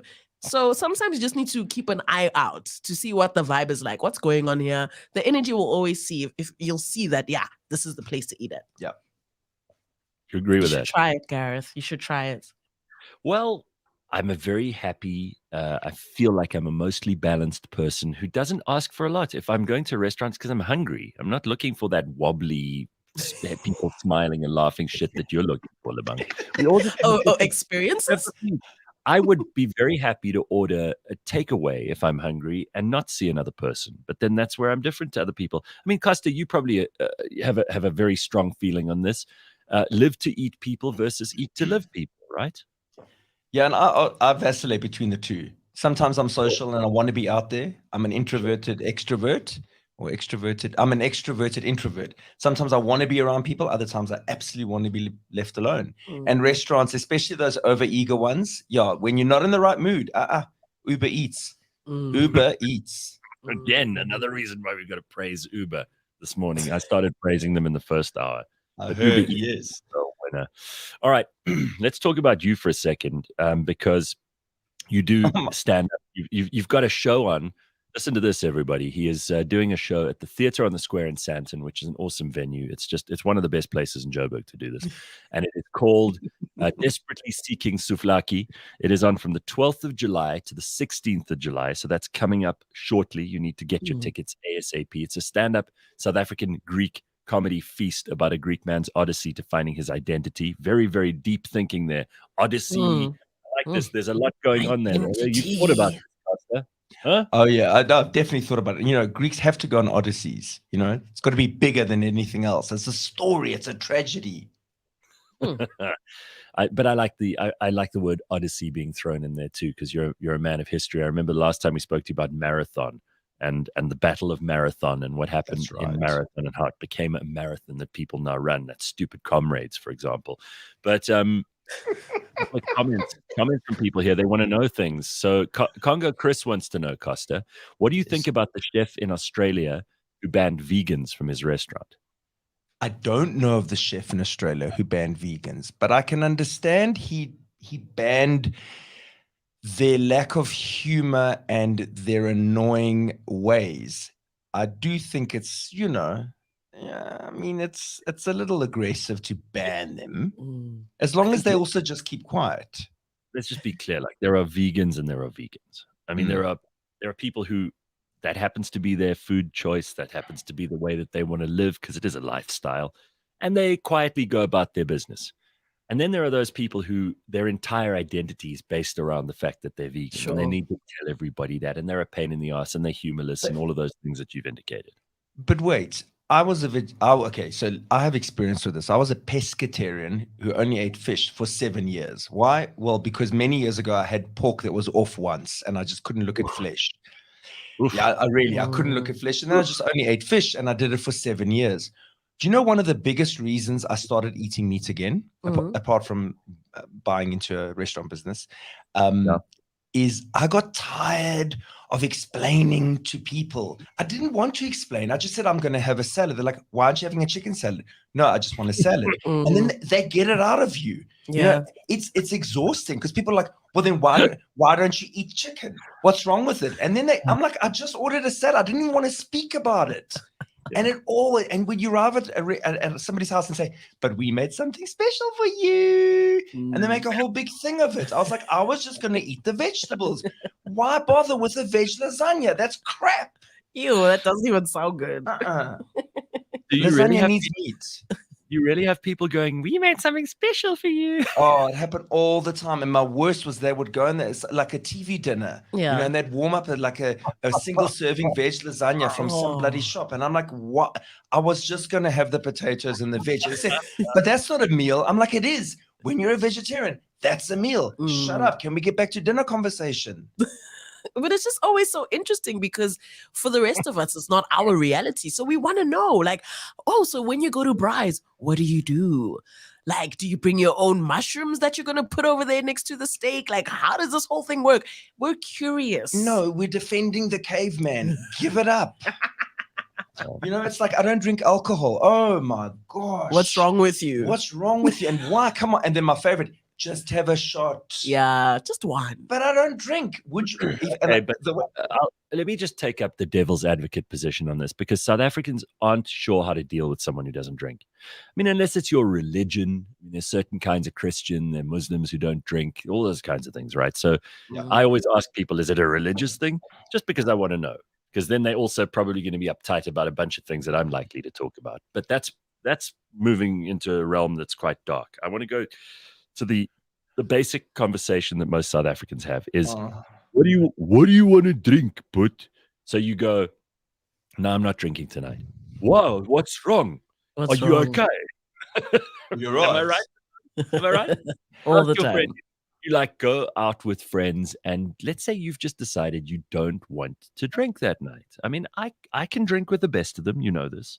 But sometimes you with your friends are like, hey, what do you want to drink? And you're like, no, I'm actually all right for now. Maybe I'll have something later, but I'm not going to drink. What's wrong? Yeah, something has to be wrong. What happened to you today? What are you hiding? What's the problem? Why don't you level with us? Do you want us to be your group therapy session for the night? They can't accept that you don't feel like drinking that night, because it is such a South African thing. It truly is, but it's also like a camaraderie type vibe. Like, we do this together, we get drunk together, we go down together. Now you suddenly don't want to do this. It makes me question me now. Like, I feel better when we all drinking this poison. Now I must drink it alone? No, drink with me. Belladonna says, we want to drink and we don't need sober people watching us. Go home. Go home, Bella. I'm out of here. Yes, I do go home. I'm the one who leaves early. But what I love is on the way home, I always get pulled over by the cops. So you try and explain to a cop that you don't drink. And they go, and of course the nose goes into the car so that they can smell. Sure. You know, I always get the head, and I go, excuse me, your head's in my car. And they go, have you been drinking? And I used to say no. And then I go, no, I stopped drinking many years ago because and then I just went, I'm tired of this. So they put their head in the car and they say, do you drink? I say, no, I'm Muslim. Their head snaps out of my car so fast because nobody's going to take on a Muslim guy. Sure. Okay. And a cop, go. And they believe you. Of course they do. That's a good one. I'm going to pull that one. I was pulled over yesterday on my way to It's not going to work. Don't do it. Of course it works. I can pretend to be a Muslim. Of course I can. There are Muslims who look like me, of course. I was pulled over yesterday morning. They had a roadblock on Catherine Street, and I was on my way to a meeting. And sometimes you're in a real hurry, and this is just something, and you've just got to remember, and you've got to remind yourself, be polite, be nice. These guys are trying to do their job. For whatever reason, it's irritating as hell. I don't want to be stuck in this cuck, and I've got nothing to hide. My license is up to date. I don't have any traffic fines. I haven't been drinking. It's just a pain in the ass. And then the guy pulls me over and he's like, oh, no, you can go. And I was like, so, because I was ready to get into a, like in my head, I was ready to deal with this and get angry and everything else. And it was just such a pleasure to just be waved through, because that never happens. That does generally not happen. Like, what did you do for them to just let you go? Because even when you have everything up to order, they will ask you questions. No, I didn't know what the secret was, but I hope that happens again and again and again. That's all I want. Just let me go. It must be so nice. Let me go. Anyway, Costa, let's just talk quickly about, this is also something that I think Lebang and I have been down this road many times before. These things that you get stuck on social media or on YouTube, the rabbit hole that you get pulled into. I started watching those hydraulic and pneumatic press videos where they squash things. I love those things so much. And I still, whenever it comes up on my Instagram feed, and I follow a couple of these accounts, I'm such a waste of time. I love watching them squash and destroy shit in those pneumatic presses. It's so much fun. But I find after I've watched a few of them, and it's been like 20 minutes, I really feel I have a major loser complex about it, because I'm like, why did I waste 20 minutes watching this book? Yeah. It's such a stupid thing to do. I've got an amazing thing that I started watching. I mean, rabbit holes, YouTube rabbit holes. My life changed when I went YouTube Premium. Okay. You never watch a YouTube ad again. Ad. My life changed. And when I go down the rabbit hole, the one time I went down, and now I do it probably 2-3 times a year, I go and I watch nuclear test explosions from like the 50s and 60s, Bikini Atoll, South Pacific, just watching the human condition explode itself so dramatically. It gives me a sense of peace. When you see something destroyed, like an end of the world movie, it just calms me down. I know it's. So there's one that I don't know if you've seen, the Tsar Bomba that they did in Novaya Zemlya in northern Russia in the Arctic Circle. That they blew up it's the largest nuclear bomb they've ever tested on planet Earth. It is monstrous. It's a hydrogen bomb, and they let it off. This island, nothing is alive for kilometers surrounding these shitty little islands in the Arctic Circle. I don't know if anything did live there before, but after they tested Tsar Bomba, I don't think anything is left. And you can actually see the video. It's long. It's like, there's 15 minutes of this plane just going, and then they drop the thing, and then you just see from another plane's point of view this huge thing with it makes its own clouds. It creates its own climate. It's enormous and terrifying. And if you're into these and you haven't seen that one yet, you are fucking around. Tsar Bomba. Tsar Bomba. TSARBOMBA. Look it up. It's very good. Tsar Bomba. We're all talking about this stuff, though, because the Oppenheimer movie's coming out. Are you going to watch that?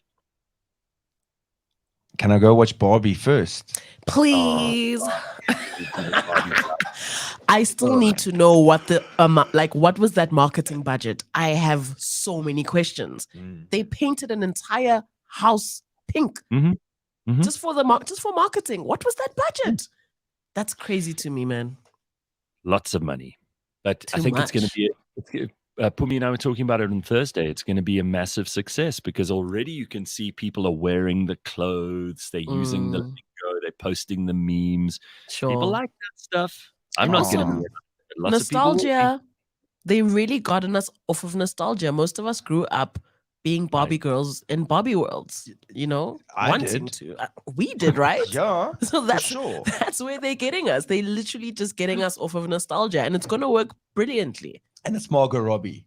I mean, Who Margot doesn't like Robbie, Margot Robbie? we bow down. We bow very low down.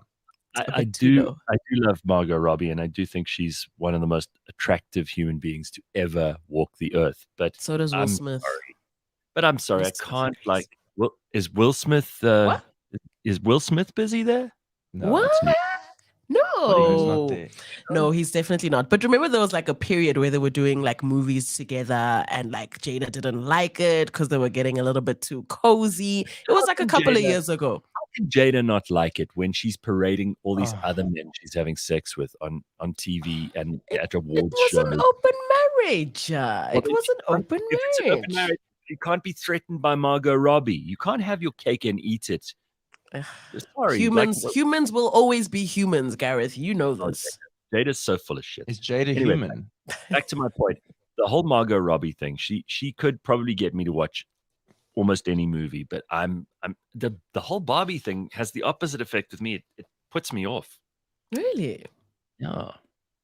I don't She's like so that. good though. Like I'd probably, even if you're not a Barbie fan, you'd maybe want to watch it just to see Margot in her element because she's really, really a good actress. I'll do without it. Some stuff, I don't give in very easily to peer pressure and trends, so leave me out of this one. But obviously, Costa's very excited about it. What are you most excited about here? Are you excited about wearing the Barbie merchandise? No, I'm actually excited about seeing I'm ignoring the comment.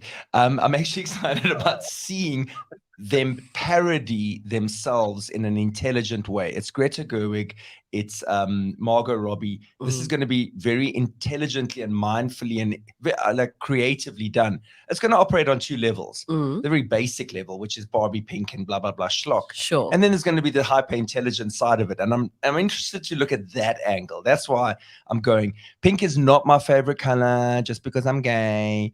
But I did love Barbie. That bitch has everything. Bruh. You know, from her roller skating rink to her pool slide to her Malibu Her home. man. I mean, her everything, her men. I'm here for it. From Kenneth Kaunda to, what's his other name? All of them had a name. Kaunda. Kenneth. You know Kenneth, right?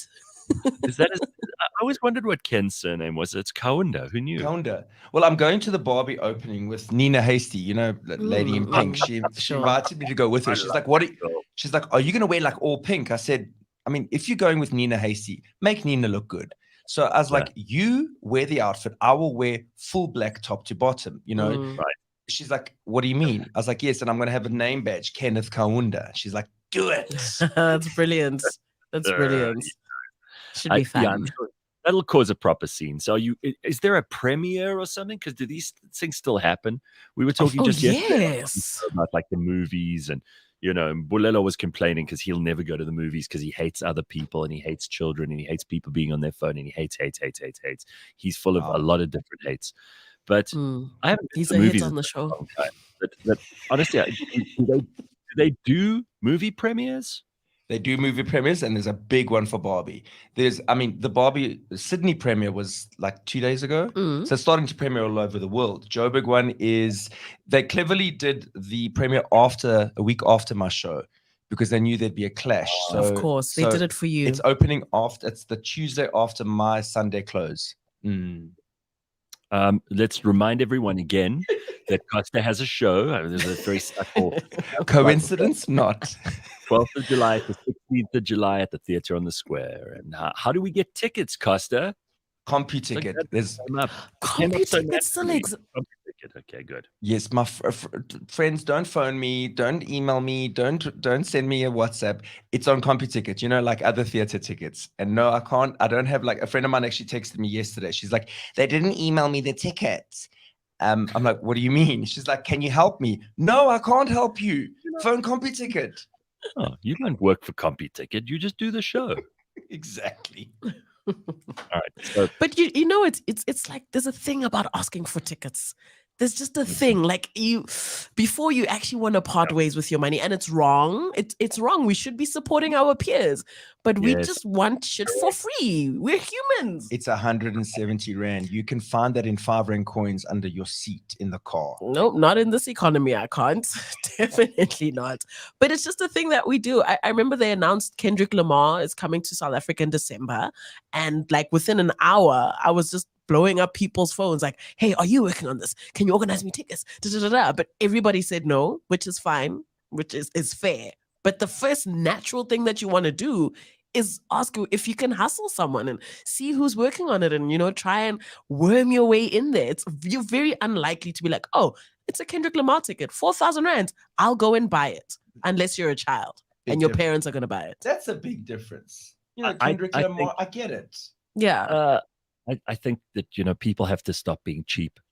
I get a lot of people who offer me free tickets to things, and I always think if it's somebody who I want to support, I'd rather pay for that ticket. Like Lebang says, we've got to support each other, and freebies are good, but you never, you know, someone once said to me, if you get something for nothing, you always value it at zero.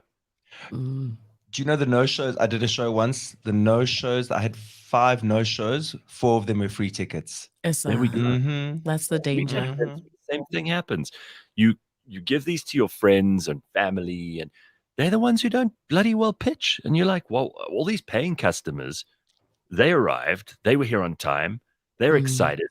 What am I doing giving these freeloaders a bunch of options on? No, sorry, pay up, pony up, bitch. It's usually the ones that can actually afford it. It's not like little old Lebang scruffling 5 Rand coins under her bed on a mat. It's people that have like millions in their bank accounts that can really afford to support you, but they don't want to. They'd rather just try hustle a free ticket. It's humans. It's humans being humans. Mm-hmm. We'll support you, Costa. We'll support you. There we go. That's the most important thing. So Roxanne wants to know if you have any shows in Cape Town. Hello, Roxanne. I did have a show. About 3 weeks ago, I was in Cape Town, but that was just a once-off. Help. You can't go to that now.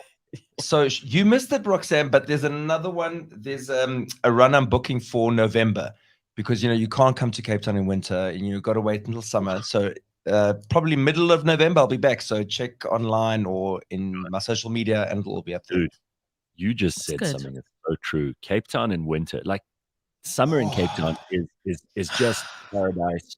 Everybody wants to be there. Everything is just amazing. Cape Town is one of the sexiest places in the world in summer, but in winter it becomes like Novaya Zemlya that I was talking about just now. Fucking disgrace. I've got friends who are living in Cape Town. Some of them are so miserable and depressed right now because it's been wet and cold and shit and windy. That's the other part.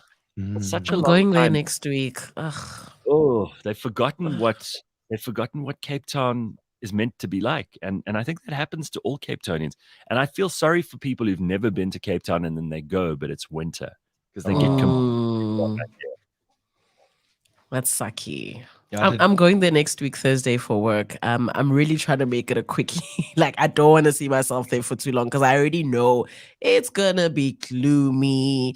It's gonna be gray, and when it's gloomy and gray, it's completely unpleasant. Line up a date or a hookup before you go down. Should I download it's Tinder, right? Maybe I should just download Tinder and just get my freak on. You're spoken for, Lebang. If you don't. Oh yeah, mind. by the way. I didn't know that. Sorry, Lebang. Sure, lest we forget. And I'm glad I'm here to remind you and be your moral conscience. What would I do without Gareth? Jada, calm down. Ooh. Yeah, Jada. Calm the hell down.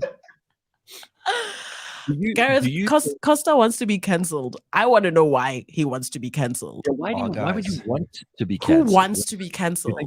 Is that the new currency? Is that what makes people important in the world? Is if they've been cancelled? Because then I'm very important. It's not so much about the currency it gives me. I want to be cancelled because I want to get it over with. It's a part of now being vaguely funny and vaguely in the public eye. That everybody wants to take you down. I just wish something would happen. It would get it over and done with, because then my 15 minutes of canceling is over and then I can get back to living my life the way I want to. Sure. Because I'll always live my life the way I want to. It will always upset somebody and I will never really care. But the point is, a lot of people will care. I want them to uncare. I want them to care so much that it drives them mad that they hate me, and then they go on and they troll me, and then they cancel me, and then they just vanish. Sure. And then they go on to the next person. So when is my turn? I don't know. The nudes that I sent a few years ago, just let them come out and let them just blow up or something I did. Why don't you strategically put the nudes out again and see if they get more currency this time around? No, there's so many out there. I think they'll come out anyway. I don't think. I mean, we've had this conversation too on the show, but I don't think nudes have the kind of value that they once did. You can pretty much find any Hollywood celebrity's nudes. All of them have got them out there, right? In fact, if you're a good actor or actress and you don't have nudes out there, then you're not doing your job, because they strategically leak them. We know Paris Hilton became famous because she was in that sex tape. Pamela Anderson reached stratospheric levels of fame when Kim Kardashian and Tommy Lee put out their tape. Kim Kardashian is a creature of sex tape. And no, she is. And honestly, I think that after that, because those three were the three firebrands, after that, it just really became very pedestrian. Look, I mean, my nudes are quite compelling. Tell us more. Tell us more. I just look. I mean, there's newsworthy nudes too. When I was a bit bigger in those days, when my belly hangs over, I think I might make for some good viewing. But no, I mean, the cancel culture, blah blah blah blah blah. We know too much about what people think, and I don't know what too many people think, and I don't want to know. And you shouldn't know about everything I think, and you shouldn't care either. I want a small following, and I want to entertain a few people, and then I'm happy. The rest, go ahead, cancel me. Let's move on. That's why I want to be cancelled. I think that's a very sensible point of view. Get it over and done with so that you can get on with your life. A lot of people are living in absolute terror and fear of being cancelled. They know, and a lot of businesses are existing in an absolute atmosphere of fear. They're so terrified that they're going to put a foot wrong that they don't even leave the house. And in brands, when you don't play in the marketplace and you don't have something to say, you're going to get ignored. And being ignored is worse than being hated. And I mean, my agent said to me, you got to be careful about your personal brand, and you're not going to get the endorsements, etc., etc. Gratefully, I'm not doing this because I want the endorsement income. So I'm not saying those people who want the endorsement income understand what they're doing, but I can only be my brand, which is me. Let's not even talk about personal brand. I'm just me, and sometimes me is going to be messy and it's not going to suit a brand. And okay, bully for you. But I think authenticity is a much bigger brand. Yes. Much bigger brand. And if anything, I want to attract that in my life. That's all. I don't think people can handle authenticity. They want it, but when they met with it, they're like, this isn't pretty enough. There's not enough filters on this. This is just too honest. I mean, in boardrooms, they love the word authenticity. We want to connect with brands that are unique and authentic and blah, blah, blah, blah, blah. No, you don't, because when you do, you run. Like, you clearly don't. Right. You're all full of shit. Couldn't agree more. No, it's absolutely right. What Lebang's saying, I'm like 100% on her side on this, because people they throw this stuff around. And Costa, I do think there's a bit of a breakthrough. It's a bit of an aha moment, and maybe there are other people listening who feel the same way. Once you've been cancelled in a small or a big way, and obviously, there's some massive and monstrous cancellations that have had huge repercussions, and people are still talking about them. But most people, their moment of cancellation is like a bit of a damp squib, and once you're on the other side of it, you don't care anymore. You can go back to you can go back to not giving a shit what other people think, especially people you don't know or don't care about and are unlikely to meet in your life. Yeah, especially like somebody said here on here, they said you can also be cancelled twice. Yeah, sure. Okay, well then cancel me every week, and only you who like me follow me. Sure. And I'm not for everyone. And the other thing is, I mean, I used to be a crystal meth addict. So since that story's out, what else are you going to take from me? Well, how else can you take me down? Bring it on. Exactly. I think, I mean, you talked about that when you told us about your book when you were on the show the last time. It's a couple of years ago now, right? Yeah. And I mean, that's a hell of a journey to go through. But I think it's amazing. I was talking to somebody, I did a TV interview on Monday, and they asked me about, being fired and on campus radio, because that's the only time I've been fired. But it happened right at the beginning. And after that, I was never afraid of being fired.